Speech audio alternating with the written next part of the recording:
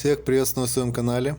Сегодня свой обзор я хотел бы посвятить одной из самых редких моделей в своей коллекции в масштабе 1 к 43, а именно автомобилю Москвич-403. В советское время данная модель производилась с 1975 по 1982 год в городе Саратов мощностями производственного объединения «Тантал», а позже в городе Маркс на заводе «Радон». После 1991 года производство было возобновлено силами заводов «Агат», «Инкотекс» и «Массар». Данная модель была копией на реальный советский автомобиль малого класса, выпускавшийся на московском заводе малолитражных автомобилей МЗМА с декабря 1962 по июль 1965 года. Советский автомобиль Москвич-403 пользовался популярностью вплоть до конца 70-х годов не только в СССР, но и за его пределами. Москвич-403 стал первой машиной, доступной простому советскому человеку. Самой популярной его модификацией это такси и машины для медицинского персонала. Всего за весь период было выпущено 105 726 экземпляров Москвич-403. Масштабная модель Москвич-403 была сделана из металла, а пластиковыми деталями у нее являются элементы салона, остекления и бампера. Хромированными деталями являются бампера, решетки радиатора, фары и диски колес.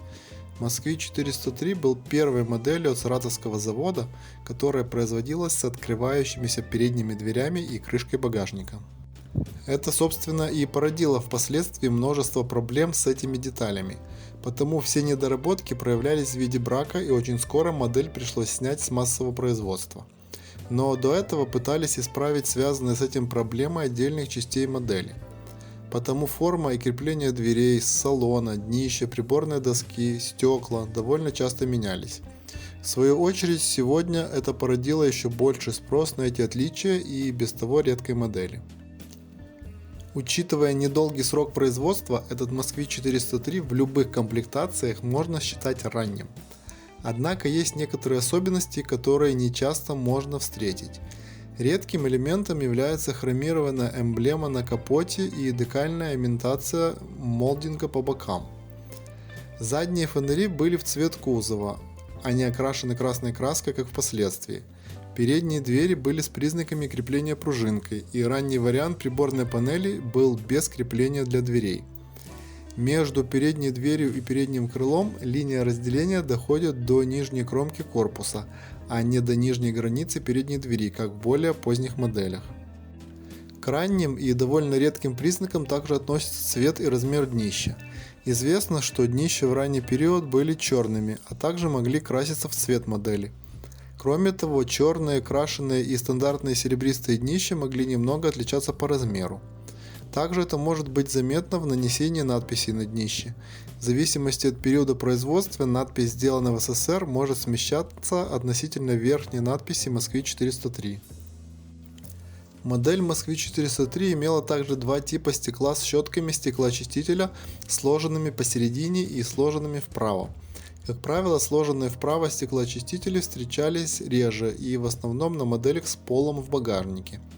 Модели без пола в багажнике были чаще с правильными стеклоочистителями, сложенными посередине. Кроме отличий в конструкции, салоны могли отличаться по цвету и встречались черные, кофейные или капроновые. Возобновление производства моделей Москвич-403 началось уже в 90-х годах, и отличались они прежде всего от советского варианта исчезновением открывающихся дверей.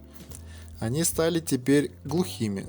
Крышка багажника продолжала открываться. На днище появилась отдельная площадка, на которой вместо «Сделано в СССР» было выбито «Сделано в РФ». Качество литья и покраски заметно ухудшилось. Хромирование модели отличалось от того, каким оно было в советское время. Днище на этой модели было металлическим черным, но встречались и пластиковые варианты. Коробок на эту модель было несколько вариантов. Модель, кроме унифицированных коробок, имела индивидуальную, так называемую рисованную. К унифицированным коробкам относятся новоэкспорт, юбилейная, олимпийская и самая распространенная радужная. На сегодняшний день все они также высоко ценятся, как и сама модель. Цена на масштабную модель автомобиля Москвич-403 сегодня высокая как за ранние, так и за самые поздние варианты ее исполнения. Как любят говорить коллекционеры, 403-х москвичей много в коллекции не бывает, и если есть возможность, его нужно обязательно купить. Цена на него может быть высокой или очень высокой. Даже модели в некомплектном состоянии можно продать за хорошие деньги. На цену оказывают влияние многие факторы, но самым распространенным относятся состояние, цвет, редкие комплектации, наличие коробки.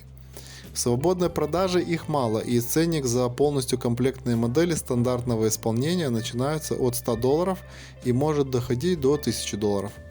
Модели, выпущенные после 1991 года, стоят дешевле, но спрос на них также сохраняется высокий. Всем спасибо за просмотр этого видеообзора. Надеюсь, видео вам понравилось. Подписывайтесь на мой канал и не забывайте ставить лайки. Если у вас есть более подробная информация про эту модель, пишите в комментариях и делитесь с нами. Будет всем интересно узнать какие-то малоизвестные факты об этом уже раритетном автомобиле. Всем мирного неба над головой и до новых встреч!